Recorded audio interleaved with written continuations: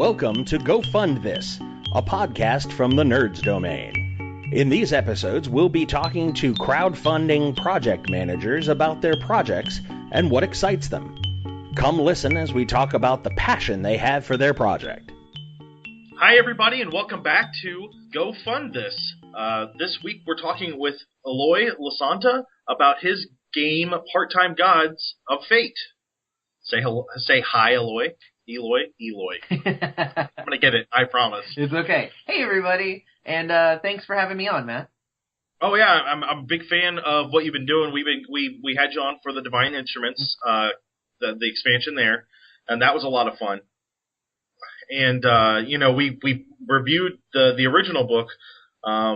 Before we get too deep into it, let's talk real quick about what exactly are you doing? This is Part-Time Gods. You've had it out for a while. Yeah, Part-Time Gods. What's the difference? It's been out for about 4 years already. The Part-Time Gods original game came out about 4 years ago. It's gone through a couple of revisions, and I've released new PDFs for everybody. And it's an amazing game of, becoming a god and trying to balance, like, your mortal and your divine sides to really kind of live a cohesive life. And, if you go in one direction... So if you try and cling too much to humanity, you'll lose your divinity. If you try and cling to your divinity too much, you start cutting your ties to the things that make you human. And it's a really, really fun game that I designed, like I said, 4 years ago. And just about 2 years ago, I did the Divine Instruments Kickstarter, which we had previously spoken about at that time. And one of the top-tier goals that I had there was a Fate conversion for Part-Time Gods. So I was coming out with source books using the original system, and then I was like, but, at the end, after I've done everything that I actually want to get done and funded, I would love to do a Fate version. So we didn't actually hit that goal, though, 2 years ago, which was kind of sad. I would have loved to have hit it 2 years ago. But I had some fans who were backers who got the books and loved them, who then contacted me and said, if you're still interested in doing that Fate conversion, we are well-versed in Fate, and we would love to do that for you.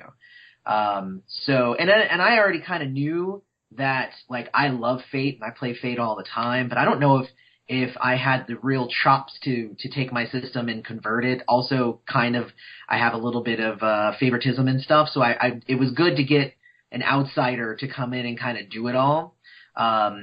But it was fun because they were really good about, I was with them every step of the way. I got final veto and say on things that ended up going into the conversion. And, there were a couple of times where they were like, well, this is what we're thinking about doing with, say, your bonds, which are the things that keep you human. And I'm like, I think we need to tweak that a little bit so that it's more like this. And they're like, oh yeah, we'll do that. They're a really good group of designers, Phil Vecchione and Chris Sneezak, and Sean Merwin and Bob Everson. Those are the four guys over at Encoded Designs who did the conversion. Okay. And they started that like almost a year ago, I would say. They started doing that conversion, and they finally finished about a month ago, and then we started kind of planning the Kickstarter, mostly to get them paid. For their work, because I don't want anybody to, it's nice that they did it, but, and we need to make sure that they get paid. So that was the main reason why, I wanted to do the Kickstarter. The funding goal is so low because I'm going to do the layout myself, and all the art is just going to be art that we already have, and we're just going to repurpose it for the new version of the book. So really, it's just about getting those guys paid, and then anything extra is just kind of gravy at that point. Excellent. So it looks like you've got this a full game that everybody's already playing and everybody already loves. Yes. And now it's just a matter of getting the new system. So tell us the difference between the system you have and Fate. I understand the basics of Fate, but not everybody does. So what's the big difference between those two? Well, that was actually kind of one of the really cool things was when we were doing the conversions. How similar actually the two systems were to each other. Basically, it just came down to the kind of just the the skeleton of it. Like both systems kind of have the same meat. but they have different skeletons. Whereas, my system was more about, focusing on how flexible divine magic can be and really kind of focusing on the character and the struggles with the bonds and whatnot. But at the same time, the system was, it was a D20 feel. I mean, I'm sorry, it uses a D20. It's not a D20 game, but it uses a 1D20, so it's got that different feel to it as opposed to the dice pool system that Fate uses. And it also, just combat was a little bit, combat's a little bit different. Task resolution's a little bit different. What Fate has going for it, obviously, is they have aspects, so a lot of the stuff kind of becomes a little bit more narrative. So instead of me selecting a power that allows me this, that gives me this ability and all that stuff, in Fate, a lot of the time you can just write down, I can pick up this thing and throw it, and then that becomes a new stunt. It allows you to kind of do a little bit more on the fly and gives a little bit more narrative incentive, I would say. But I would say bare bones, they're pretty much – I'm not going to say they're pretty much the same, but they're very similar.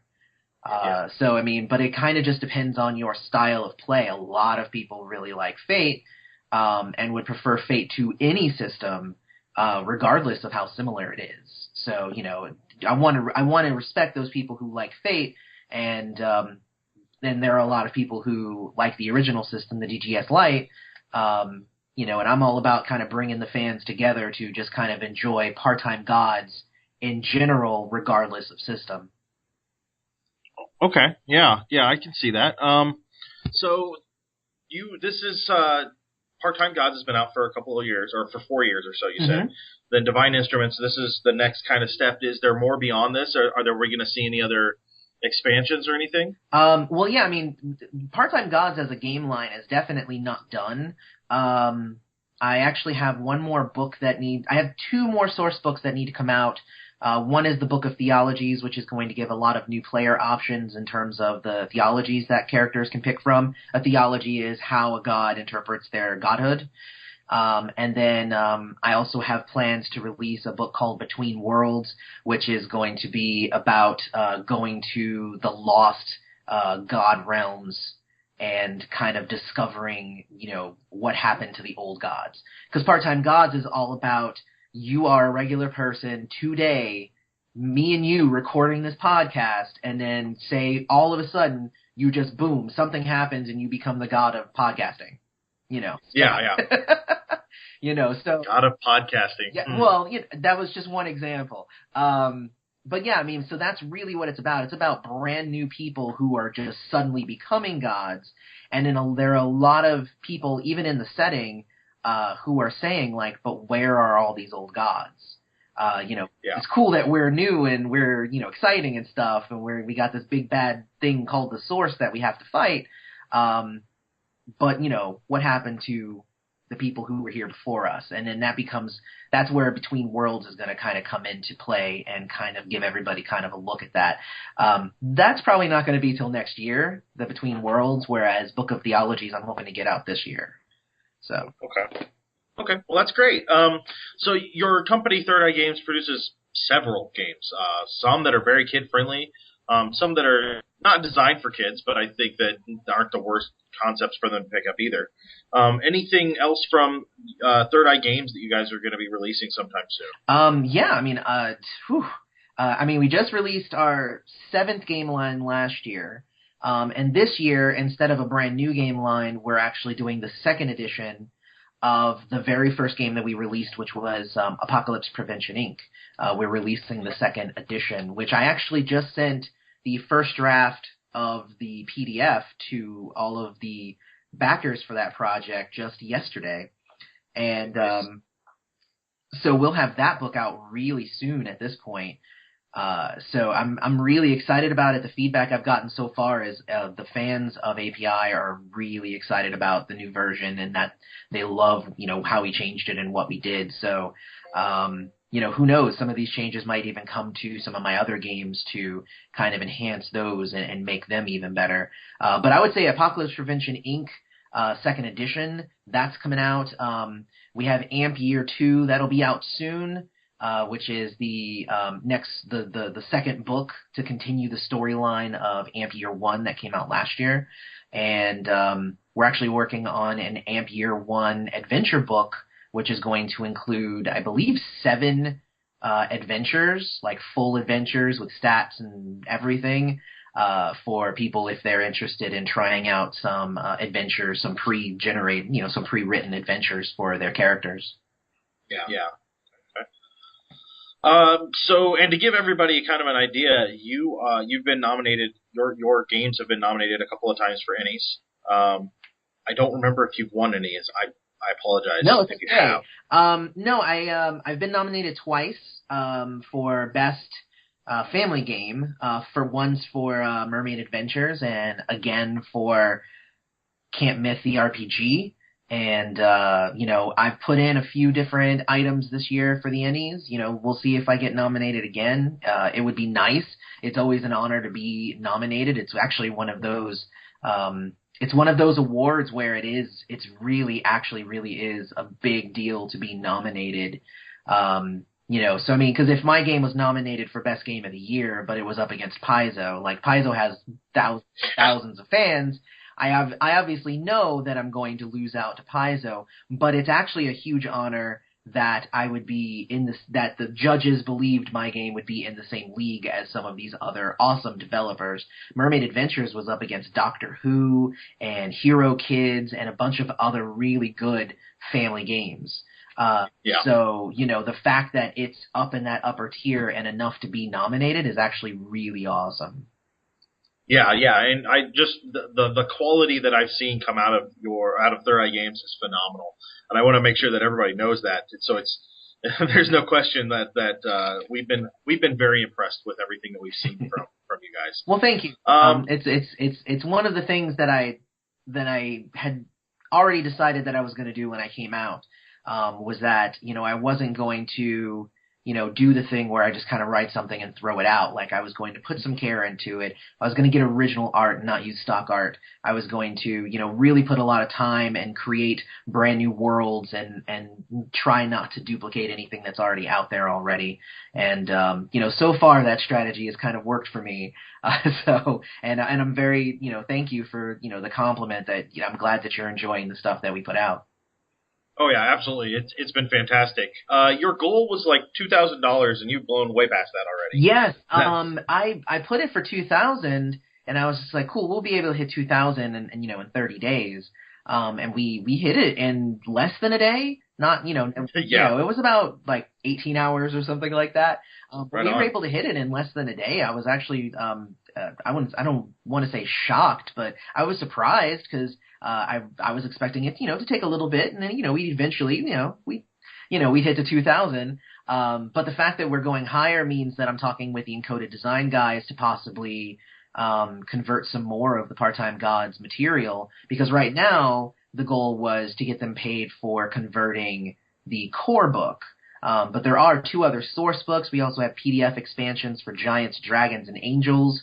So, I mean, all of that material is stuff that could be, converted. So if the backers want to keep backing, then we'll be able to convert some of that stuff. Although that stuff is going to take time. I said, definitely. It took about a year for them to get this done. So, additional material might take, 6 months, 7 months down the line, in order to get the other stuff. So it's a matter of, do we want to make that part of this Kickstarter, or do we want to, release it later, or, whatever. So it kind of depends. We're still working through the details. I should have probably just said, no comment or to be decided. But instead I decided to ramble a little bit there. So. No, you're fine. You're fine. It's exciting to see that go. You guys have 4 levels. That's it. It's real basic. For the $15 level gets you the PDF of the Part-Time Gods of Fate. Mm-hmm. That'll be all the rules we need. That's coming in August, right? The goal is to get it done. Yeah, August pretty much for general release, and we'll probably have the PDF. That's actually one of the cool things about this, is that we designed everything, and then the guys at Encoded Design, they went ahead and laid out and made it look pretty and everything. But there's the beta. The beta for Part-Time Gods of Fate is already available. So if you're already a Fate fan, you can download the beta, and it's got all of the rules in there, all of the brand new stuff that we wrote. It's all there. So you can just go grab it. So, it's actually really cool. So we wanted to do that. I mean, the final product is going to have a little bit cleaner layout and is going to include all of the setting stuff as well. And give you all of the, juicy bits as well as any revisions that they find out during the Kickstarter while people are downloading the beta and sending them feedback. Right. So, the beta is not the final. You're going to get a complete version after that. But the fact that it's there, it's got pre-gens, it's got an adventure. If anybody's even questioning whether they should even, give the time, go grab the beta. It's free. Just go grab it and read it and check it out and see if it's your thing. Right on. Your high level is $50, which isn't very high, personally. You're going to get the PDF and the print versions of both Part-Time Gods of Fate and the original Part-Time Gods. Correct. And then you can add a little bit on to get a hardcover or both of them in hardcover. Right. And there's a couple other levels, but this is bare bones, and I think that's what you're looking for. This is just to get something out there and to move forward. Exactly. I mean, I've done my higher tier kind of, there's, 10 different levels, and I have tons of extras and add-ons and stretch goals, and there's just all this stuff going on, and it's, super giant, and, I do that sometimes.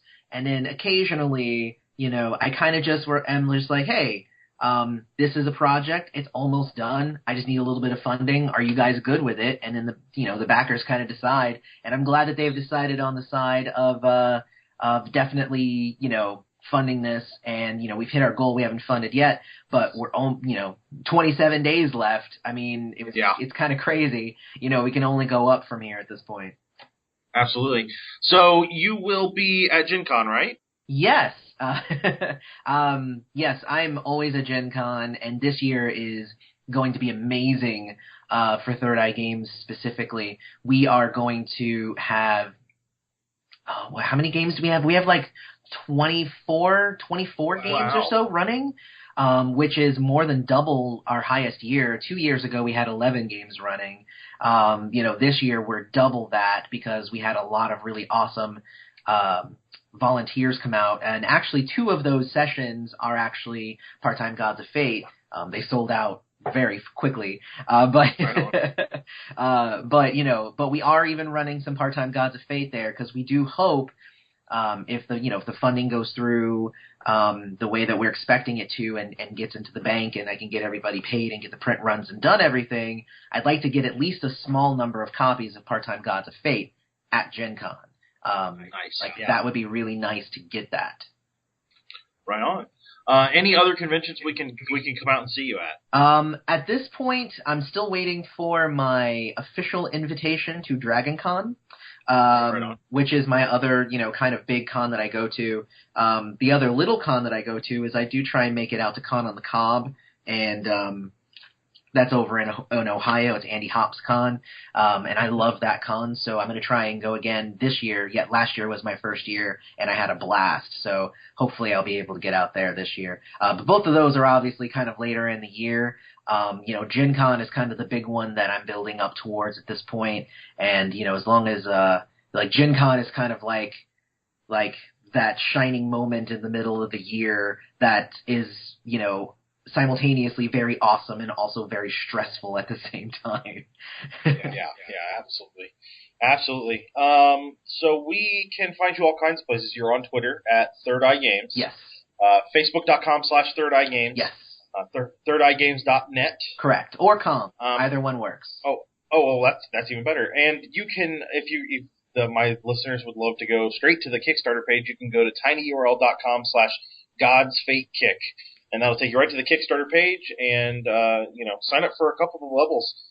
It's all great, and if I had a Fate rulebook, I would definitely be backing this, but I have yet to bite that bullet.